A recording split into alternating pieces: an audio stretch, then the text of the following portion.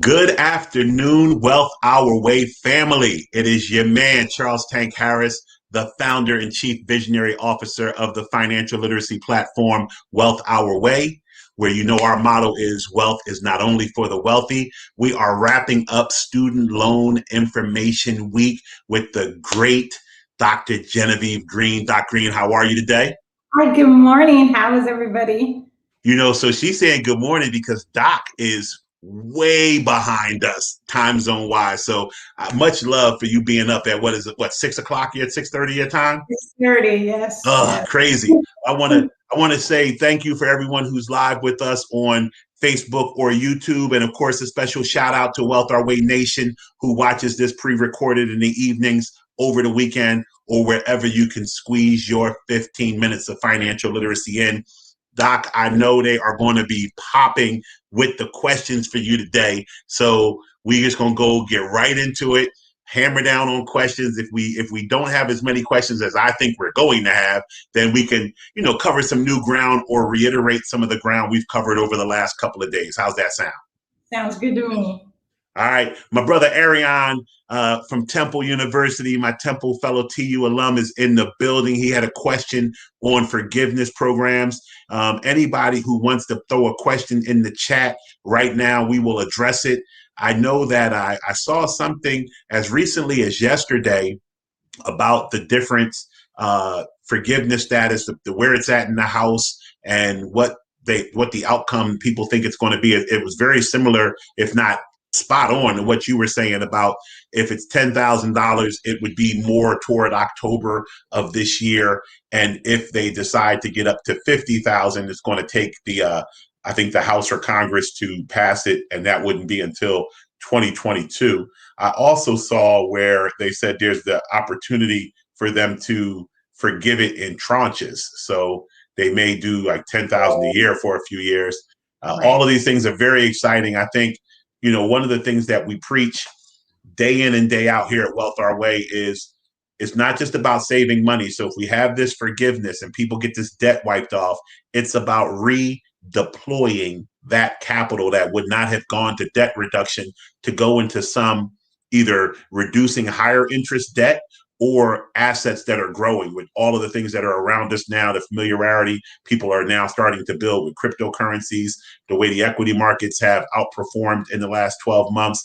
There's just a lot of different options to deploy that type of capital in. What are you hearing as far as an update or any news whatsoever on forgiveness? Yeah, so it's still slow going, but what you said is on point as far as what I'm hearing as well. $10,000 this year. Biden could surprise us and just do an executive order and wipe out 50,000, but I don't see that happening as much as Schumer and Elizabeth Warren and are pushing.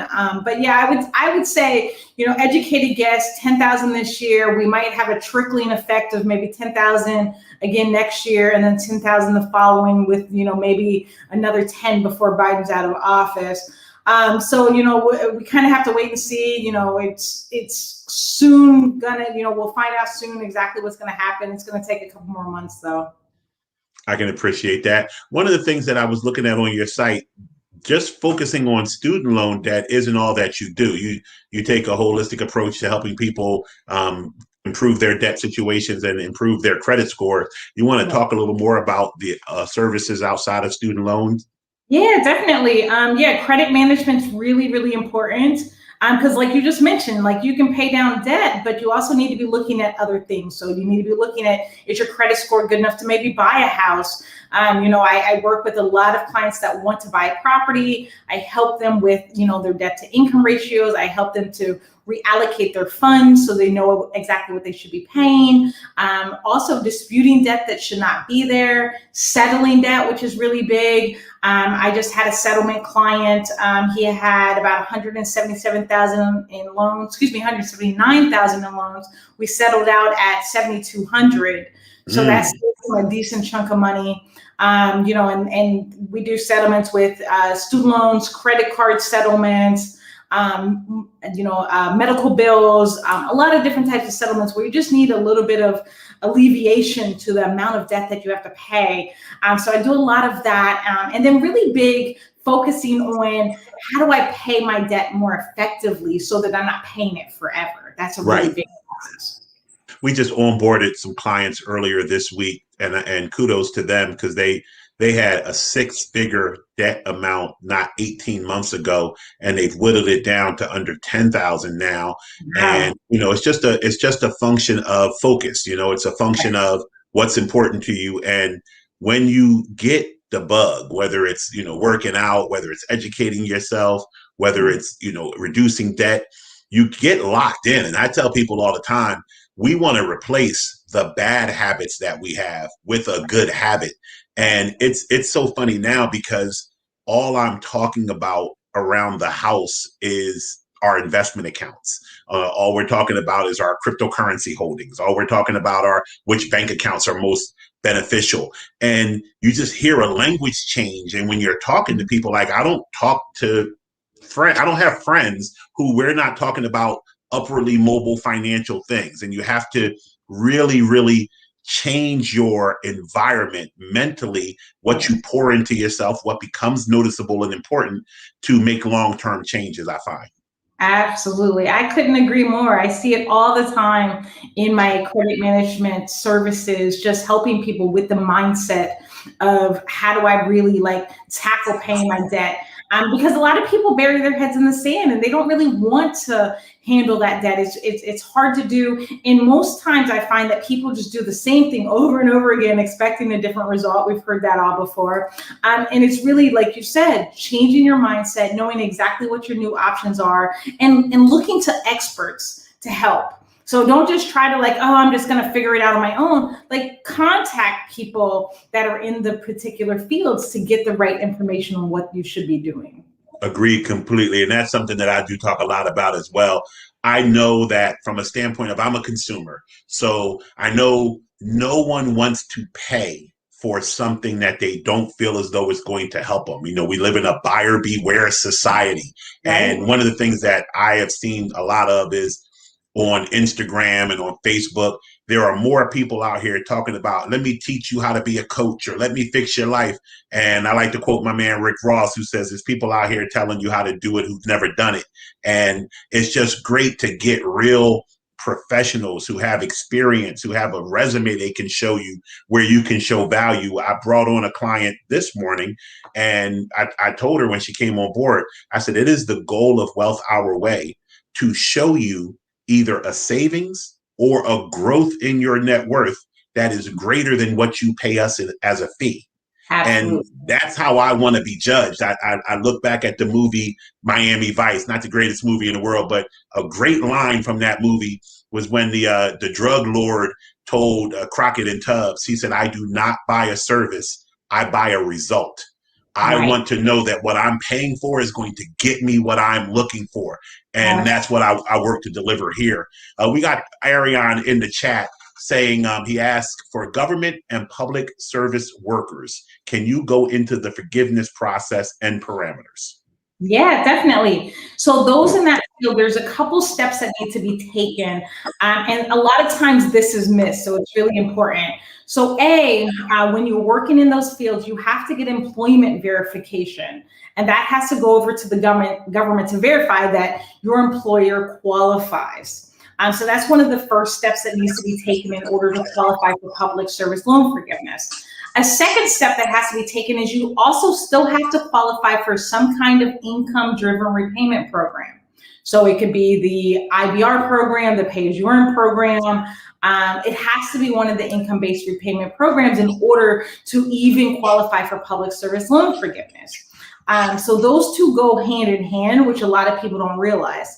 Every single year, your taxes have to be completed and submitted along with new documentation every single year. And what I suggest to people that are trying to do it themselves is that you want to hold on to that documentation for 10 years. Normally for taxes, you only need to keep them for 7, but definitely for 10, because when the government says, well, we don't see that from 10 years ago, you'll be able to pull out some paperwork and prove to them like, hey, I got my employment verified. I did my taxes every year. Here's proof of my employment so that you can qualify. But it does take 10 years. It takes it's 120 timely qualifying payments, which means that you don't have to do it consecutively. So let's say you work for the government for 4 years, and then you move over and you work in nonprofit for the remaining 6 years. You would still qualify with those two different moves. You just have to make sure that your employment is verified each time that you transition from public to government to nonprofit to whatever the case may be. And even if you went from government to for-profit and you took a break and then you went back to government, as an example, it's going to take longer than 10 years. But they'll still count the timely payments that you made while you were in government in the beginning, and then they'll count it when you picked back up. So let's say it takes 15 years instead, because 5 years you were for profit, that would still count. You just want to make sure that your paperwork and ducks are in a row. So it's a process. And that's why a lot of people have been denied, because they haven't followed the process, because it is tricky. And most of the time, the government doesn't tell you exactly what to do. So it's important to make sure that everything is done correctly. What I would ask to that is, if you have been working in public sector or a government job or a nonprofit, I mean, all of which all fall under public sector for the most part, and you did not start from the very beginning with the verifying your employer and getting into the income-based repayment program, can you go back and say, hey, I made 3 years of payments, I just didn't do this situation. Can I show you that my employer was good and this and this? No? No, they're not retroactive. You could technically show that your employer was good as long as you were doing your income-driven repayment. But if you weren't doing income-driven repayment, then it won't count. Okay. So when you're doing the income-based repayment programs, are you doing it with the mindset of, hey, this is what I need to do to qualify for forgiveness? Or are some people just saying, hey, this loan payment will be too high if I didn't get it income-based? So kind of backdooring or accidentally getting qualified for forbearance because they didn't verify their employer, but they immediately out the gate decided to do an income-based repayment program. And then 4 years later, they say, oh, wait, all I got to do is just prove that my employer is a qualifying governmental or nonprofit organization. And now my clock has been ticking for 4 years. Right. Yep. That is true. That is true. So as long as you're still within that 12 months of that income-driven repayment, you could definitely still do the employment verification documents. And generally speaking, because of the fact that you did the income-driven repayment, it requires your tax documentation, and your taxes would essentially reflect your employer on there. So you'd have some level of proof of your employment from the time that you started that program. So that would work fine. You said something the other day, which is what X's my wife out right from the door with her trying to get for any type of forgiveness, about income limits. Do you know what the income limits are that start to make it so that you're not eligible? Yeah, so it's an algorithm, so it's a little trickier than just like a set amount. I can say though that if you're at $200,000, you're not going to qualify. Generally speaking, I mean, you'd have to have, more than $500,000 in student loan debt, which I have clients that do. But yeah, no. So basically, the way it works, so as an example, let's say you have $100,000 in student loan debt, and your income is at $50,000. You'll probably qualify. Okay. As closer to 100,000 in income, because your debt load is 100,000, you're getting closer and closer to being out of the running. But if you have $200,000 in student loan debt and your income's $100,000, there's a possibility of still qualifying. And then they also take into consideration family size. So if you have a family size of 6, then you have a better chance of qualifying than if you're a single person making $100,000. So it is an algorithm and easily calculated on my side. So for anybody who's watching that doesn't know for sure, I can run those numbers while I'm on the phone with you and give you a pretty good idea of what you qualify for. We sincerely appreciate that. It has been a blessing and an honor to have you with us this week. I sincerely thank you. I hope that everyone in the audience who has heard your voice reaches out to you for a free consultation and deals with the student loans, because I hear about it all the time.